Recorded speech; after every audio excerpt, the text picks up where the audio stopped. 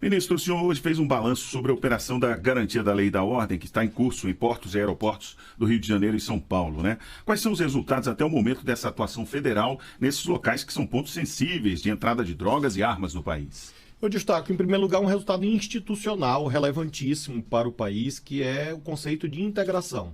Só é possível ter eficiência nesse tema tão primacial para a sociedade, trabalhando junto, estados, municípios, o governo federal e também as várias agências federais.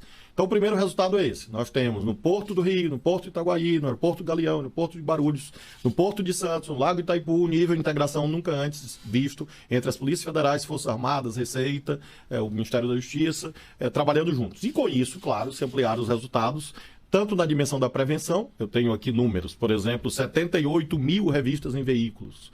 Esse é um número que só é possível com esse trabalho coordenado.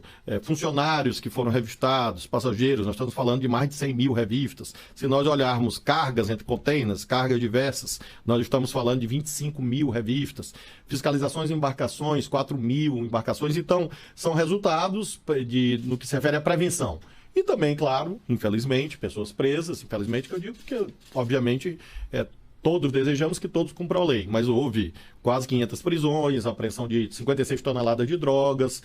Então é um modelo que eu acho que veio para ficar e um modelo fundamental para o país, porque vai ao núcleo, que é a prevenção e você fechar os caminhos logísticos por onde transitam bens ilegais e que alimentam a criminalidade urbana. Pois é, vamos falar um pouco mais disso, ministro, porque antes mesmo dessa atuação mais pontual que está acontecendo no Rio e em São Paulo, o Ministério da Justiça e Segurança Pública lançou em outubro desse ano um programa nacional de enfrentamento às organizações criminosas. Queria que o senhor falasse um pouco mais do foco desse programa e os resultados que ele apresentou até agora. Esse programa foi fruto de uma longa reflexão e diálogo com os estados. Nós fizemos consultas, audiências com autoridades em segurança pública, especialistas, e construímos um plano que se lastreia nas prioridades atinentes a portos, aeroportos, fronteiras, rodovias e, por outro lado, descapitalização. Então, é logística, descapitalização, lavagem de dinheiro, em que você substitui um modelo assentado em ações dispersas e ações até perigosas, com, por exemplo, entre aspas, balas perdidas, por uma ação focada no principal, em que você consegue verdadeiramente combater as organizações criminosas nacionais e transnacionais. Aí nós temos exemplos. Exemplos desde a operação muito bem sucedida, histórica, eu diria, de desmonte da cadeia logística de tráfico de armas do leste europeu para o Paraguai, para o Rio de Janeiro e São Paulo, com lavagem de dinheiro nos Estados Unidos. Então é uma operação em que você vai ao núcleo do crime organizado, em que houve apreensão lá, fisicamente, de milhares de armas, mais de 2 mil, quase 3 mil armas. E com certeza nós estamos falando do canal em que, de um total de 45 mil armas que essa importadora no Paraguai trouxe, há uma estimativa de que pelo menos metade veio parar no Brasil, como armas ilegais, armas do crime organizado. Então, realmente, isso foi relevante. Naquele momento no Paraguai, houve nessa semana um complemento, que foi a prisão do traficante de armas, um brasileiro, que fazia esse tráfico entre Paraguai e Rio de Janeiro, especialmente complexo do Alemão, mas não só. Portanto, o programa Enfoque permite esses resultados robustos, assim como a presença hoje de forças de combate, forças integradas de combate ao crime organizado em todos os estados brasileiros, coisa que não havia, grupo de investigações sensíveis na Polícia Federal em 15 estados diferentes, grandes apreensões, portanto, de drogas, e, por outro lado, a descapitalização maior. Se nós falarmos só do tráfico de drogas, nós estamos falando de 6 bilhões de reais de bens apreendidos do tráfico de drogas nesse ano, um crescimento em relação aos anos anteriores e, portanto, tirando o poder bélico e poder financeiro das quadrilhas. Ministro, esse programa de enfrentamento às organizações criminosas faz parte de um outro maior, né? O Plano de Ação em Segurança, o PAS. Esse PAS foi lançado em praticamente todos os estados do país no segundo semestre e prevê ações de combate à violência no ambiente escolar, controle de armas, proteção da região amazônica, repasses financeiros aos estados, entre outras medidas. Como é que tem sido a atuação com os governos estaduais e municipais? Nós temos, em cima, a Política Nacional de Segurança Pública, consagrada em lei, que é a Lei 13.675, de 2018. Nós temos o Plano Nacional de Segurança Pública, que está, inclusive, em processo de revisão, mas existe. E nós temos esse plano estratégico, como derivação da política e do Plano Nacional. Nós temos esse plano estratégico integrador hoje, em que há um enfoque, crime organizado, ao AMAS, à Amazônia, ao PRONASSE, Segurança com Cidadania. Portanto, ele se desdobra em programas e todos em execução. Todos. Cooperação federativa mais alta, como vocês na abertura falaram. Nós entregamos aos estados e municípios esse ano 1.500 viaturas, e essas viaturas também foram complementadas por drones, armas. Fizemos operações integradas. É importante dizer aos que nos acompanham, o governo federal, nesse ano, gastou 18 bilhões de reais em segurança pública. Como o presidente Lula gosta de dizer, nós investimos 18 bilhões de reais em segurança, abrangendo as polícias federais e também apoio aos estados, municípios.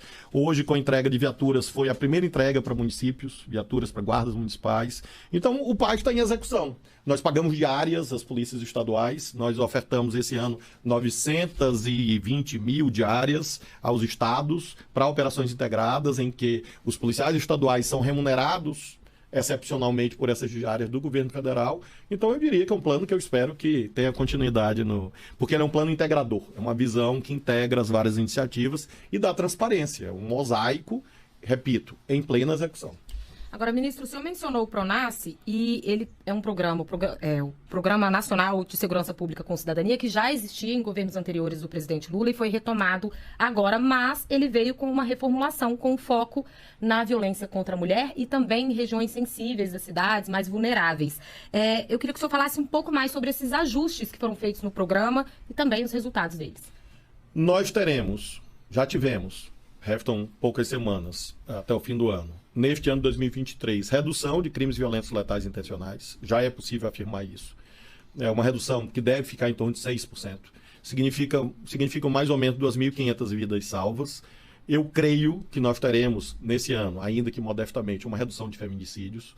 Nós estamos ampliando as patrulhas de Maria da Penha, o apoio ao trabalho das delegacias da mulher, das DEANS. Então, essa é uma vertente fundamental, não há dúvida. Essas viaturas, em larga medida, se destinam a isso. Também há cursos, formação. O PRONASSE trouxe de volta o Bolsa Formação com 105 mil bolsas nesse ano. E aí os cursos são exatamente para combate à violência contra a mulher, contra as crianças, adolescentes, idosos, combate ao racismo, proteção da Amazônia, do meio ambiente. São cursos de formação importantes. Então, o PRONASSE também conseguiu avançar nos territórios vulneráveis. Nós escolhemos 163 municípios, que são aqueles que têm maior taxa de CVLI, de crimes violentos letais intencionais. Começamos a entregar viaturas a esses municípios, formar a Guarda Municipal, executamos as ações do PRONASSE Cultura, começamos hoje o edital de 30 milhões para 40 grupos culturais que desenvolvem ações preventivas em territórios de maior vulnerabilidade social para atrair a juventude para atividades de esporte, cultura e, com isso, diminuir a atratividade dessas atividades ilegais, marcadamente o tráfico. Então, o PRONASSE, sim, é muito importante, é uma escolha acertada, recuperá-lo e colocá-lo para funcionar. Ano que vem ele vai prosseguir, com certeza. Tivemos ainda o Escola Segura para dar resposta à prevenção, atos de violência no ambiente escolar, né, ministro? Como é que esse programa está hoje? Lamentavelmente, houve uma contingência que foi aqueles terríveis crimes em Blumenau. Na sequência, houve ameaças em escolas de âmbito nacional, tentativas, também ataques. Especialmente o 19 de abril, muito marcante, eu diria, pela ameaça de reedição daquele atentado em Columbine, nos Estados Unidos. Então, hoje ele é um programa que se lastreia em prevenção e repressão. Então, prevenção, laboratório de crimes cibernéticos, integrando todas as polícias civis dos estados, muita ação preventiva, muitas pessoas foram presas, muitos objetos apreendidos. Aí nós estamos falando de centenas de operações, portanto, ataques evitados, e também pessoas foram presas.